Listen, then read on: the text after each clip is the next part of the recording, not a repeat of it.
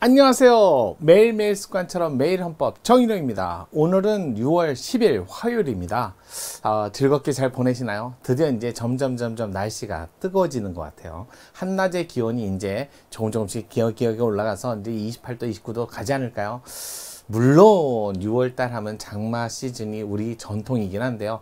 늦은 장마는 뭐 7월까지도 이어지니까요. 반드시 6월달 뭐 장마가 오리라고 단정은 못해도 왜 습도가 높기 때문에요. 아무래도 같은 온도라도 습도가 있으면 그래도 몸이 처지고 무겁고 더 덥습니다. 건강관리 잘 하시고요. 6월 10일 오늘 문제 봐야죠. 25년 상반기 비상대비 업무 담당자의 문제였죠.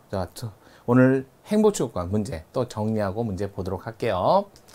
자, 행보추구권에 대한 설명으로 옳지 않은 것을 고르세요. 자, 틀린 지문을 골라라. 자, 행보추구권 한번 정리해 볼게요. 자, 8차 개헌 때 우리 헌법에 처음 들어왔습니다. 자, 행보추구권은 우리 헌법의 원리이자 궁극의 원리이자 기본권의 성질도 같습니다. 있다라고 하죠. 그러니까 헌법 소원이 된다는 뜻이에요. 헌법 소원이 가능하다. 만약에요, 기본적 원리, 질서, 제도, 정신, 영토조항, 통일조항 전문에는 곧바로 기본권이 안 나오거든요. 그러면 기본권성이 있는데 헌법소원이 되는데 기본권의 성질상 추상적 기본권의 성격을 가진 대명사고요. 또 거기다가 보충적 기본권, 보충성 원칙을 적용받아서 다른 개별 기본권이 있으면 행복추구권 따로 찾지 않습니다. 다른 기본권이 없을 때 행복추구권 마지막으로 일반적 포괄적 기본권의 성격이다. 이렇게 얘기하죠.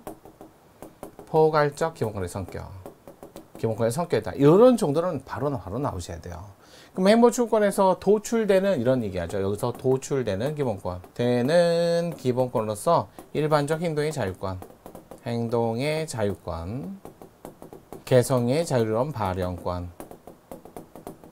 이런 기본권과 관련된 자기 결정권은 이거는 행복추구권에서 도출된다 하죠. 대표적인 판례가 바로 기부금품 모집행위죠. 자, 판례가 좀 역사가 있죠. 기부금품 모집에 관해서 법률의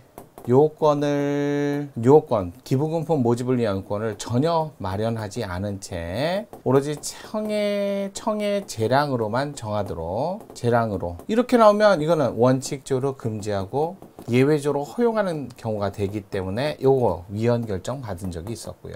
자, 그에 반해서 법률의 기부금품 모집에 관한 모집 요건을 마련함으로써 그럼 누구나 요건을 갖추면 누구든지 할 수 있게 되죠. 이 말은 곧 원칙적으로 허용되고 원칙적으로 자유고 예외적으로 제한을 걸었다는 거죠. 예외적으로 금지라고 하는 거죠. 이거는 합헌.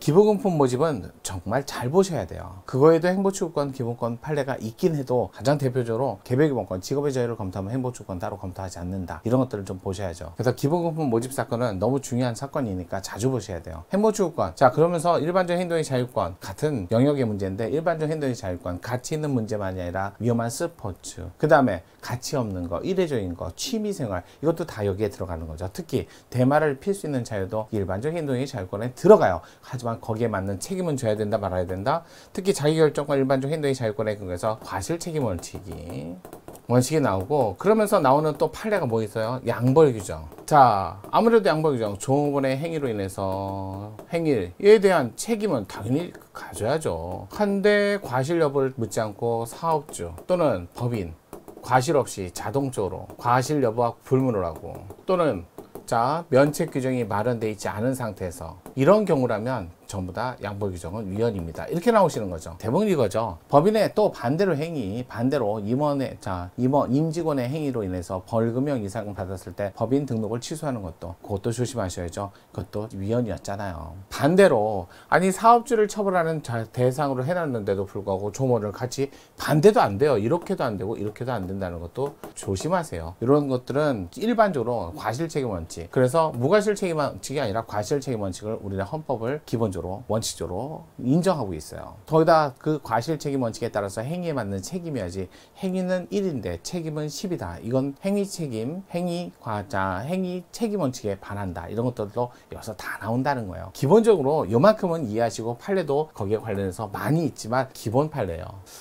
그래서 오늘도 행보추구권에 대해서 판례 문제를 엮어서 냈어요. 1번 산업안전보건법이 정하고 있는 성면 해체 제거 작업 기준을 준수해야 하는 대상자 수범자가 근로자를 사용하고 사업하는 사업주가 대상자인데, 사업주가 아닌 근로자에 대해서 위 작업 기준 위반 혐의를 인정한 기소유예 처분을 유죄 정황에 기소유예 처분을 한 것은 침해. 자, 당연하죠. 이거 사업주를 대상으로 하는데 왜 저 종업원을 갖다 근로자를 갖다 처벌해요. 과실 없이. 반한다, 침해한다, 맞죠? 두 번째, 해외 금융 계좌 공동명의 계좌인 경우, 공동명의래요. 그럼 각각의 해당 계좌를 보유한 것으로 봅니다. 맞아요. 따라서 자 50억을 초과하면 처벌하는 법조항은 일반적 hin동자유권을 침해하지 않습니다. 유명한 판례이기도 하고요. 세 번째, 국민들 공문서를 통해서 공적생활 관한 정보를 습득하고 자신의 권리 의무 관련된 사항을 알게 되므로 우리 국민 대부분 읽고 이해할 수 있는 한글로 작성할 필요가 있으므로 공문서 한글 전용 규정, 이거 자체는 행복추구권을 침해하지 않습니다.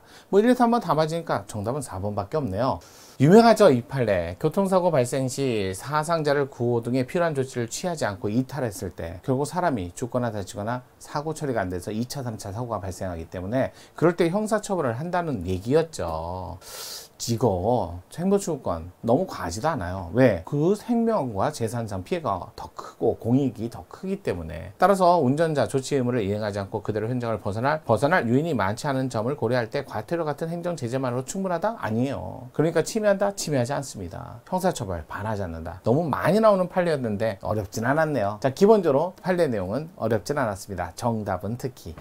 자, 오늘 저랑 같이 하셨으니까 어때요? 자, 상쾌한 오늘을 맞이하시면서 내일도 모레도 정의능과 함께 하시길 바라겠습니다. 자, 매일 한법은 정의능이다.